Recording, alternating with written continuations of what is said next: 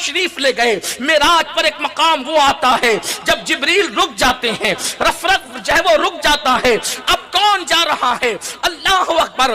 گمان سے گزرنے والا گزر رہا ہے, تصورات سے گزرنے والا گزر رہا ہے, تخیلات سے گزرنے والا گزر رہا ہے. اور حضور اکرم صلی اللہ علیہ وآلہ وسلم اب وہاں تشریف لے جا رہے ہیں جس کو اہل سنت کے امام یوں بیان کرتے ہیں, تھکے تھے روح الامی کے بازو, کہاں وہ دامن کہاں وہ پہلو.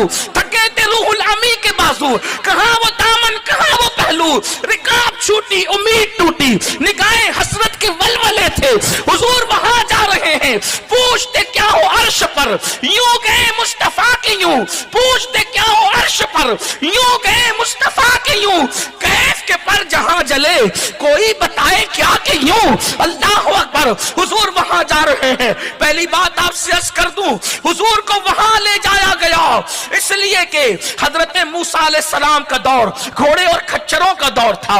حضرت عیسیٰ علیہ السلام کا دور گھوڑے اور کھچروں کا دور تھا. حضرت ابراہیم علیہ السلام کا دور گھوڑے اور کھچروں کا دور تھا. لیکن مصطفیٰ جان رحمت کا جو زمانہ ہے, یوں تو ہر زمانہ انہی کا زمانہ ہے, لیکن ظاہری زمانہ ان کی رسالت جو ہے وہ قیامت تک کے لیے ہے. اللہ اکبر. تو حضور کا دور تو وہ بھی دور تھا جس میں سائیکلیں ہوگی, جس میں بائک ہوگی, جس میں ٹرین ہوگی, جس میں پلین ہوگی. اور پلین تک کی بات تو آج ہم کر رہے ہیں. 21ویں صدی میں پتہ نہیں ہمارے مرنے کے بعد جب اور صدیاں بیتے گی تو کتنی بلند کتنی تیز رفتار سواریاں ہوگی اور کتنی اونچی اڑنے والی سواریاں ہوگی. مگر سنو, کوئی سواری کتنی تیز رفتار اور بلندی پہ اڑنے والی ہو, ساری سواریاں آسمانوں کے نیچے ہی چل سکتی ہے, کوئی آسمان تک نہیں جا سکتی. اللہ نے محبوب کو آسمانوں کے بھی اوپر اور عرش کے بھی اوپر لا کر کے بلا کر کے بتا دیا, او ترقی یافتہ انسان, تو کتنی بلندی پہ جائے گا, میرے محبوب کے قدموں کے نیچے رہے گا. حبیب کے قدموں کے اوپر کوئی نہیں جا سکتا. حضور کی معراج اللہ اکبر سینکڑوں معجزات کا مجموعہ ہے, سینکڑوں معجزات کا مجموعہ ہے. لیکن میرا عنوان آج معراج رسول نہیں, مگر اتنا بتانا چاہتا ہوں, حضور علیہ السلام عرش پر تشریف لے جا رہے ہیں. اب وہاں کوئی ہے نہیں, بلندی پر جانا ہے. کون سی بلندی؟ کوئی حد ہے ان کے عروج کی. بلغ العلا بکمالہ, کون سی بلندی؟ ثم دنا فتدلی فکان قاب قوسین او ادنی. اللہ اکبر. حضور اتنی بلندی پہ جا رہے ہیں, لیکن وہاں کوئی ساتھی نہیں, کوئی سنگت نہیں, کوئی دوست نہیں, کوئی یار نہیں. ایسے میں میرے آقا ایک نوجوان کو دیکھتے ہیں.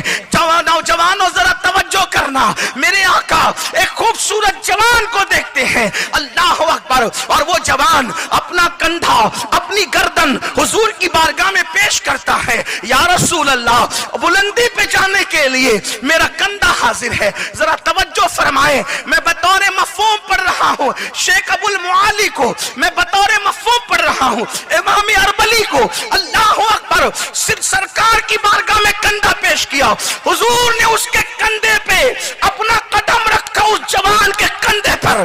ایک قدم جوان کے کندھے پر ہے اور دوسرا قدم اللہ اکبر مقام قرب کی طرف بڑھتا ہے. تو حضور پوچھتے ہیں, مولا یہ جوان کون تھا, یہ جوان کون تھا کہ جس کی طرف میرا دل کھنچتا ہے, اور یہ کون ہے؟ تو ندا آتی ہے, محبوب یہ تمہاری اولاد میں سے میرا بندہ ہے, جو مقام نبیوں میں تمہیں عطا فرمایا ہے, یہ مقام ولیوں میں اس کو عطا کیا ہے. حضور نے دعا کی, اللہ اس نے میرا قدم اپنی گردن پر لیا, میری امت کے سارے ولی اس کا قدم اپنی گردن پر لیں گے.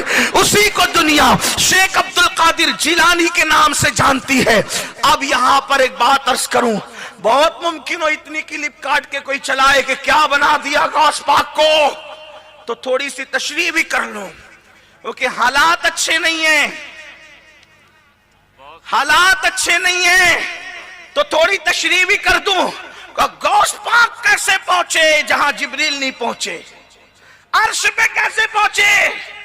کوئی حدیث پیش کرو, میں نے کہا پہلی بات تو اہل سنت کا عقیدہ یہ ہے، حالانکہ یہ تشریحات کرنے کی ضرورت نہیں تھی جب تک کہ معاملہ سیدھا سیدھا چل رہا تھا، لیکن جب سے لوگوں نے کلپیں کاٹ کر کے مس گائیڈ کرنا شروع کیا، تھوڑی تشریح کرنے پہ ہم بھی مجبور، وقت تو تھوڑا زیادہ جاتا ہے، لیکن توجہ فرمائیں سرکار غوث پاک کیسے پہنچے؟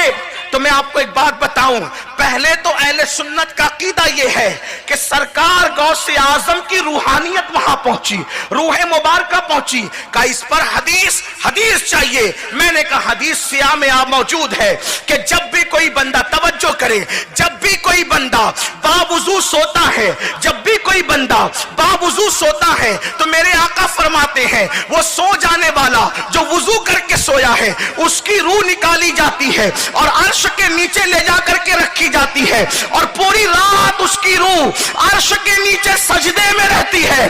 اب پوچھنا چاہتا ہوں، تو باوضو سوئے تو روزانہ تیری روح عرش کے نیچے تک جاتی ہے، جو 40 سال تک عشاء کے وضو سے فجر پڑے، اگر اس کی روح ایک مرتبہ عرش کے اوپر چلی جائے تو حرج کیا؟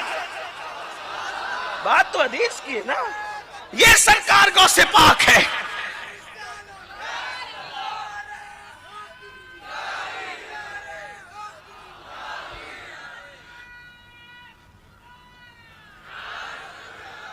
یہ سرکار غوث اعظم ہے۔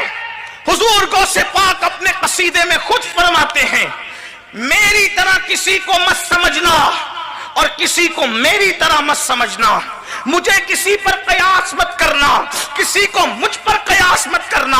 غوث پاک فرماتے ہیں اللہ کے رازوں میں سے راز بن کر میں آیا ہوں، انی عالم ما لا تعلمون کے رازوں میں سے ایک راز کا نام ہے عبد القادر جیلانی۔ سرکار غوث پاک فرماتے ہیں کہ میں اپنا راز اگر دریا پہ ڈال دوں تو دریا خشک ہو جائے، میں اپنا راز اگر آگ پہ ڈال دوں تو آگ بجھ جائے، میں اپنا راز اگر پہاڑوں پہ ڈال دوں تو پہاڑ ریزہ ریزہ ہو جائے، میں اپنا راز اگر مردوں پہ ڈال دوں تو مردے زندہ ہو جائیں۔ یہ شان ہے۔ میرے امام کہتے ہیں سکر کے جوش میں جو ہے وہ تجھے کیا جانے، سکر کے جوش میں جو ہے وہ تجھے کیا جانے، خضر کے ہوش سے پوچھے کوئی رتبہ تیرا، یعنی اے لوگوں جو ولایت میں سکر کی منزل پر ہے وہ شیخ عبد القادر جیلانی کا مرتبہ کیا جانے، وہ غوث اعظم کا مرتبہ کیا جانے۔ کہتے ہیں خضر کے ہوش سے پوچھے کوئی رتبہ تیرا، اگر غوث پاک کا مرتبہ پوچھنا ہے تو حضرت خضر علیہ السلام سے پوچھو،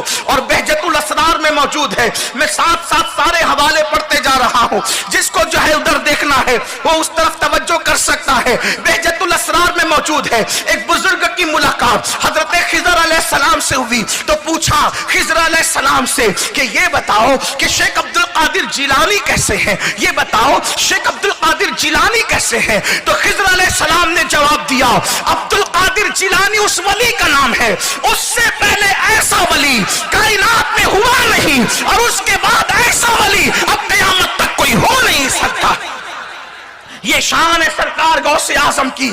میرے امام اہل سنت کہتے ہیں تیرا ذرہ مہ کامل ہے یا غوث، تیرا ذرہ مہ کامل ہے یا غوث، تیرا قطرہ یم سائل ہے یا غوث، تو اپنے وقت کا صدیق اکبر، توجہ کرے تو اپنے وقت کا صدیق اکبر، غنیو اے حیدر و عادل ہے یا غوث، غنیو حیدر و عادل ہے یا غوث۔ اور کہتے ہیں الوہیت ہی ایک احمد نے نہ پائی، نبوت ہی سے تو عاطل ہے یا غوث، صحابیت پھر تابعیت پھر آگے قادری منزل ہے یا غوث، ہزاروں تابعی سے تو فضوتر یہ طبقہ مجملاً فاضل ہے یا غوث۔ اور وہ کیا جانے گا فضل مرتضیٰ کو، وہ کیا جانے گا فضل مرتضیٰ کو جو تیرے فضل کا جاہل ہے یا غوث۔ اور کہا تو نے کہ جو مانگو ملے گا، رضا تجھ سے تیرا سائل ہے یا غوث۔ اللہ اکبر۔ یہ شان غوثیت ماپ کی ہے، شیخ عبد القادر جیلانی کی ہے۔